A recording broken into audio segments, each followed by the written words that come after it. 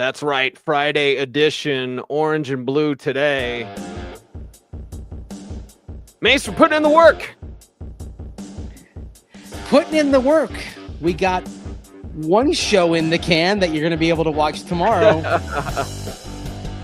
Because, respectfully, we're not doing a Saturday morning show live unless there's breaking news, something big happens. And also, it had to be ready for the radio. But yes, we are live and not on live. Yep. And there's a lot to talk about because, you know, sometimes when Sean Payton talks, you're never sure if you're going to get happy Sean, reflective Sean, pensive Sean, or pissed off Sean. Today you got expansive Sean talking about Bo Nix and talking about the things he does well, especially in terms of avoiding sacks, avoiding those negative plays. Oh, I love expansive Sean. Expansive Sean is better than eye roll Sean. Lucas Kroll, right. Best player on the team in OTAs. It's fine. It's totally fine. Sorry. Oh, gosh. It lives in infamy, that's for sure. But we're here to talk about what Sean Payton is getting from Bo Nix and why. Like, why is because he's a former quarterback that couldn't do at the NFL level what Bo did. But you got this graphic, which is fantastic. We're going to show the people, and it's about Sean Payton back in the day, number 17, third all-time leading passer in college football history, Eastern Illinois. And he got into the game, strike season, right, Mace, 87, am I correct? Yep. And against Philadelphia was his first game, yep. He gets out there, and he does some stuff, and it's not great, Bob, but, like, that was his lot. And then to go on to become a running backs coach and then an offensive coordinator and head coach now. You know, how does he view Bo as an ex-quarterback? I thought this was one of the most fascinating things expansive Sean had to say today. Yeah. You know, it's funny because before we play this comment here, sometimes the gift is being able to recognize the gift that you don't possess. Mm-hmm. You know, think about, like, if you saw Amadeus back in the day, Mozart and Salieri, right? Salieri was, you know, didn't realize they didn't have the gifts that Mozart had. And he could recognize the difference between the two, even though not very few people could. Or Good Will Hunting, when the professor, you know, is getting frustrated with Matt Damon's character, Will Hunting, and says, you know, there are only 5 people who can tell the difference between the two of us, and I'm one of them. Yep. Who knows how much? And so I think, like, when you're Sean Payton and, you know, you're a quarterback, but you recognize these things that maybe you didn't have. And he's not the only ex-quarterback in the building as well as he got into today. A lot of others can sit there and recognize what Bo has, specifically in terms of being able to process a great many things quickly. Mm-hmm. As Sean was saying today, like, I have all these knobs in my car. I only know how to fiddle with the defrost and the radio. It's the rest of it's too much for me. Right. But with Bo as a quarterback, he's able to kind of dial through these things quickly, to process all of that in a way that, you know, quarterbacks who don't make it to the NFL or struggle when they do can't. And, you know, ball knows ball, and ex-QBs know what they're watching with Bo, and it's why the ex-QBs in the Broncos building thought so highly of Bo when they were evaluating him. Yep.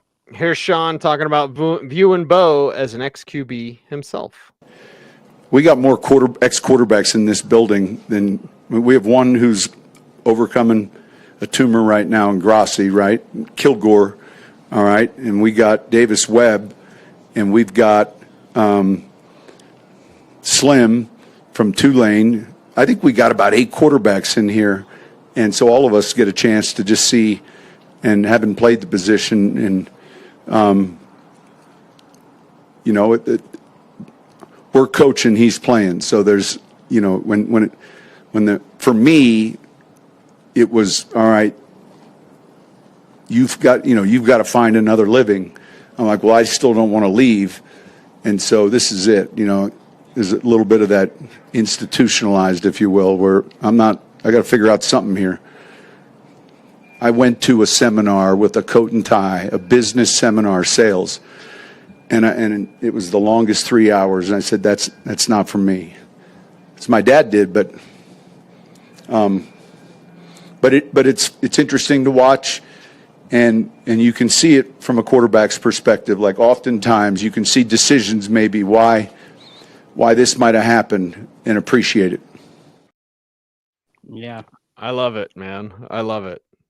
I'm picturing Sean Payton in that sales seminar. Being so uncomfortable. Yeah, like, you know what? I mean, I think you and I can relate to that as well. I mean, I don't want to get a real job. I mean, I like the fact, man. I like the fact that I'm on the clock talking football. I'm on the clock talking sports. I mean, it's, I get that, but it's like, it's interesting that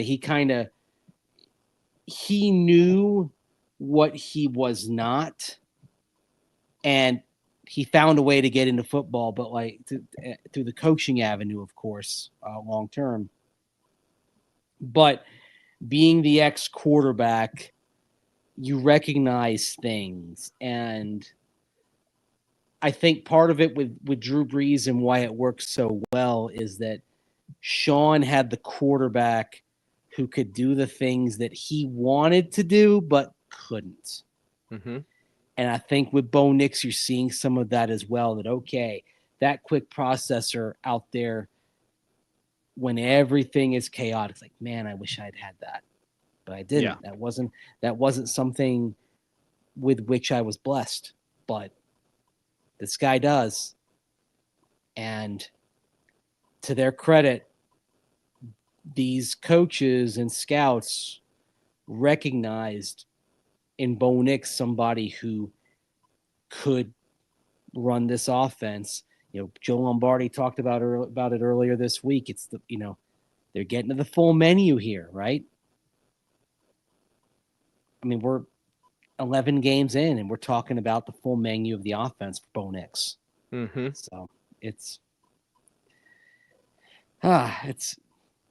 good times. There's a lot of optimism right now that this search might finally be over for a quarterback. Yes. Yeah. Lots of optimism and lots of fun. And I've never said this before, but think of the humility Sean Payton has to have. Mm-hmm. And he's had it for years in the manner of which you speak, in the fact that he can see something he didn't have, and he's not jealous. He's not out there like he expects you to do more because of what he sees that you can do. If he doesn't expect a lot out of you, he might not, get too involved with you. But as we've said on this show, he loves Bo. Like, he loves him because he sees everything he can be. Not what he is yet, but what he can be. He's that teacher who's like, I'm going to push you. It's Goodwill Hunting. Because I know you can do this. You may not even realize it just yet, but I know you can. Mm-hmm. And I think there's a lot of that just in how he coaches this team and which players like he takes the extra time with. And sometimes they get it and sometimes they don't. I mean, like last year, you and I saw how much individual time he would take during the practices open to the media to spend with Jerry Jeudy. Mm-hmm. Like, he thought Jerry might be able to become more than that, but Jerry didn't. And now Jerry Jeudy is no longer here. He's in Cleveland. But Sean saw something, and he sees something in Bo, and he's getting more from Bo. Well, we played the Lombardi clip. It's almost worth playing again about the menu. That. Yeah, let's play that again, because I love what Joe Lombardi said on giving Nix more. Yeah, we give him a lot. It's just the nature of this offense. But, I mean, I think you know, he's one of those quarterbacks that you have trust in. Like he generally, you know, I've said it a few times up here, you know, he generally avoids sacks and doesn't turn the ball over. It's how he played college ball. It's how he's, you know, for the most part played since he's been here. And, you know, when you trust a guy like that, it makes it easier to call games and give him stuff because you just feel like, you know, hey, this play will work, but he's not going to turn it over and he's not going to do something stupid. And so, you know, I think there's probably older quarterbacks where you don't feel that way about. And I think that's just kind of the nature of his game, and we're lucky to have him. Older quarterbacks you don't feel that way about. Sean's got Lombardi doing it now. Yeah. Do we want to play the long Sean Payton clip? Oh yeah. Yes. Let's play this clip. And it's the one you'll hear it on tomorrow's show as well. But it's too good. Yeah, they can't, like, every so often when talking about Bo Nix, there's that subtle allusion to what they had last year. Roll it. I think I've said this before, show me good pass protection metrics, and I'm going to show you a quarterback that doesn't take sacks. In other words, listen, it's a credit to the O-line, but there's some quarterbacks that are tough to protect for, hold the ball long. You know, I've just gone through it in my career, and others, you know, Breeze was a hard sack because the ball came out. And so it made everyone around him better. And so I think those metrics are offensive line and quarterback-driven metrics. And so remember when he came out and it was hard to find him taking sacks. And there was a lot talked about with his underneath throw. We removed all those in the study. We removed them all because these guys can only run the offense they're running. And so when we did the study with all of these guys, you know, all the bubbles and those were removed. And then Tony comes downstairs and says, you know, he doesn't take sacks and he doesn't fumble.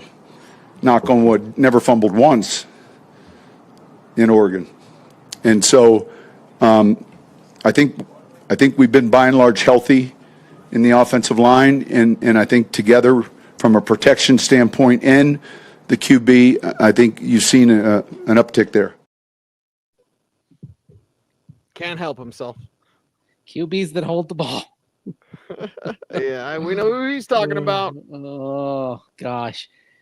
There is some football PTSD from having Russell Wilson as the quarterback last year, I think, in that building. Yes, very much so. Very much so. You know, if this team makes the playoffs, the only way this goes is at some point they face the Steelers and Russell Wilson, right? I mean, it has to be. Doesn't that have to happen? Like the Broncos, like if the Steelers keep on winning and they get the number 2 seed and the Broncos are the 7 seed. And I mean, I think you're probably making that the Sunday night game or the Monday night game that week in the playoffs. Like it has to be, right? Yeah, I mean, that's the writers. It's just too good. It's the too good. Arian Foster script. Like isn't that in the Arian Foster script? I believe so. It should be, right? I mean, every good screenplay should have that sort of conflict. But yeah, I mean, and then you got to get it done. It doesn't matter the Steelers defense. You've got to get it done. You got to get there first. But the way they're coming together and the way the menu is being opened, I mean, Bo's ahead of schedule, but maybe not Sean's schedule. You know, they're doing it. And I love the Lombardi thing where it's like, yeah, we give him a lot. Yeah, that's what we do. You know, no hesitation. How many rookies are like this? Not many. You and I have seen a lot of football. We've seen a lot of rookies that couldn't handle what Bo's handling. Have we seen a rookie quarterback around here have this much? No. Of the offense, as much of the menu? Nope. No. Not Drew Locke. Definitely not Paxton Lynch. Not Tim Tebow. Not Jay Cutler. No, haven't seen it. Nope. He's different. He's different. He's special. He's built different. And I say built different up here mentally. Yeah. Yeah. What's this clip about what Sean coaches out of him, or what he saw, what he coaches out of Nick's sacks versus KC? What's this clip all Okay. about? Well, I asked Sean Payton today about if you coach up Bo Nix, what do you want him to learn? What are you trying to teach him from those 2 sacks against Kansas City where you lost 33 combined yards? I mean, they were 2 big losses. Like, everything's a teachable moment. What do you teach him? But this response from Sean Payton, I think, tells you just how enamored they are of what Bo Nix does bring. Here's that clip. Well, look, I would say a strength of his is his sack to pass attempt ratio. If you guys put it together, he'd be near the top of the league. And so there's a couple free rushers, and throwing it away sounds easy, but like, you have to know, is there a target? And then the greatest thing you could say would be, if you can get outside the tackle box, you can throw it anywhere. Now, he's really athletic, and if he couldn't, then sometimes that happens. But you be careful to tell him too much when he's really good at something, if that makes any sense. You be careful to tell him too much. Obviously, there's the escape avenues are outside the tackles. Then you kind of get to the note, but it's something that he's done pretty well. It's like a proud papa. Yeah, it's like, I don't want to, you don't want to lose 17, 16 yards on sacks, but when you've got one of the best sack rates in the NFL, you don't want to screw up with that. You don't want to mess with Sure. that. I mean, think about that. Like, Bo Nix is doing something so well that when there are rough moments, Sean's instinct is not, oh, I got to correct this. It's, okay, these are rough moments, but the overall is so good, I don't want to mess with this. So I don't want to coach him to where I coach the positive out of him. I don't want to overcoach him. Right. Which tells you how much Bo Nix is bringing to the table here. Yep. Like, he wants him to be Bo. Not just somebody who's an automaton running the offense and doing exactly what he wants to do. He wants him to be Bo. But he only allows him to be Bo because he does do the stuff that he wants. Right, because he doesn't turn Works the ball over. in tandem. Yep. Because he doesn't turn the ball over often. And that's where listen to me and take care of the ball. You can do you. And really, I mean, basically that's where it starts. Before you learn how to win, you have to learn how not to lose. How do you lose games? You lose games with giveaways. Yep. Turn the ball over. The biggest statistical correlation to wins and losses in the NFL is turnover margin. That's why you hear so much about it. It's such a simple metric, but at the same time, it has the strongest correlation to this ultimate success that you're looking for on a game day, which is a dub. Right. And that's why coaches harp on it so much. And it's a question of, before you learn how to win, you got to learn how not to lose, and you've got to learn how to not give the ball away. And watching Bo Nix those first couple of games, I mean, one of the turnovers was, the Hail Mary type, but yeah, I mean, still 4 turnovers in first 2 games, both all interceptions. Last 8 games, 2 turnovers. So he's gone from 2 turnovers a game to 0.25 turnovers a game since then. Damn. And he's, generating plays as well. So he's generating big moments. So while he's had only 2 giveaways in the last 8 games, he's also got 13 total touchdowns, 3 on the ground, 10 through the air. Okay? You'll take that. Thank you very much. Yes. Yeah, Keep it up. You'll know that it continues to grow. That's the whole thing. It's like he ain't done. Yeah. He's not And done. oh, by at the all. way, one of those 2 interceptions bounced off the receiver's hand. Tips and overthrows, got to get those. Yeah, I mean, little Jordan Humphrey has it in his hands and it gets picked off, right? I mean, if not for that, we're talking about 1 pick for Bo in the last 8 games. Mm-hmm. Yeah. This is good things are happening, Cease. Good things are happening. I mean, it's weird to say it after 2 straight losses, but long term, good things are happening. This is it's an exciting moment. And the cool thing is, even though I think this season is still more about what it sets the table for in the long run, there is still the possibility if you can get this win on Sunday and be sitting at 6-5 before playing the Raiders, Browns, bye week, Colts. If you can get that 6th win, and then you've got 3 games that you'll probably be favored in all 3 of them. It's there for the taking this year. Maybe not the ultimate, but sure, stopping that blasted 8-season streak of missing the playoffs. You can do that. That would be huge. I mean, imagine getting to the playoffs and finding out Bo Nix was your long-term quarterback. If you did, I mean, you checked both boxes, right? It's like getting another scoop of ice cream. Yeah. How often do you do that? I'm sure you can feel my enthusiasm watching this. It's cool. It's really, it's cool when you see that progress, when you see it coming together. Like it's been a minute since you had that kind of hope around here. Yep. What's this final clip about Payton, the quarterback don't feel in harm's way? Let's set this one up. Well, this is about avoiding turnovers, like we were talking about. Let's just roll that clip. When we use that analogy of watching a boring round from a good golfer, you felt that way in college. You didn't feel in harm's way. That's a good trait to have. And the opposite is tough. When in every play you don't, and so that's something that he's done a very good job with before he arrived here. Slow heartbeat. Yeah, but also you didn't feel in harm's way.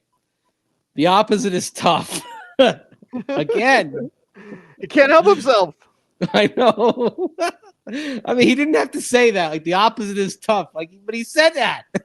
We know that, Sean. And we all know what he's talking about. Oh wow. We know. Yeah. Okay. I get it. We got it, buddy. It's okay, but it's him. He can't and you get it. The juxtaposition from last year to this year. And the defining thing of what he's done with this team so far is the moves at quarterback. It's the reality of the NFL. It starts with the quarterback. And his success or failure is tied to the decision on Bo Nix and why the Broncos were willing to eat $85 million of cap space over 2 years to go with a rookie quarterback, because the veteran quarterback put himself in harm's way too much. And basically Sean Payton didn't want the high variance. And Russell Wilson is a high variance quarterback. Yes. Sean didn't want the high variance.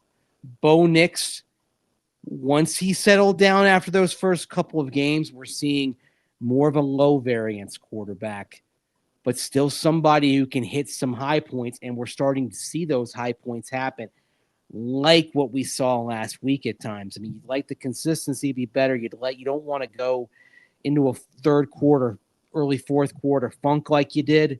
But then when it mattered most, boy, did he deliver at the end. So he did. You're not just getting the consistency, but you're also getting the high floor. And from the high floor, it's easier to reach the ceiling. You love it. You love it. Mace, are we rapping on a Friday? What do you think, buddy? We've been rapping. What are you talking about? More rapping, please. Yeah, Yes. there we go. There we go, man. What a day. What a day. I'll do the Wayne's World rap. Come bust a move where the games are played. It's chill, it's fresh, it's Noah's Arcade. I thought we were going to do the Scooby-Doo ending.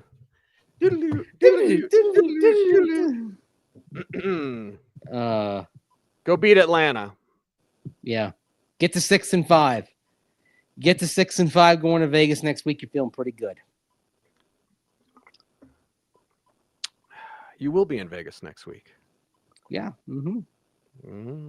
Haven't looked at the weather yet. I'm sure it'll be fine. I'm sure it will be. All right. Yeah. There we go. We appreciate you all.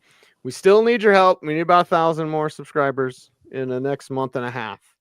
So please help us out. About 48% of you that are watching have not yet subscribed, so do that. But Mace, let's do our thing, buddy. How do they help us out on YouTube? Like, comment, share, subscribe, hit that notification bell. So that you never miss a vid. Vid. That's right. He's Andrew Mason. Follow him on all the socials at Mace Denver. I'm at Cecil Lammey saying OBT's a BFD. Thanks for watching. Stay tuned. And would you please forever and ever and ever stay frosty,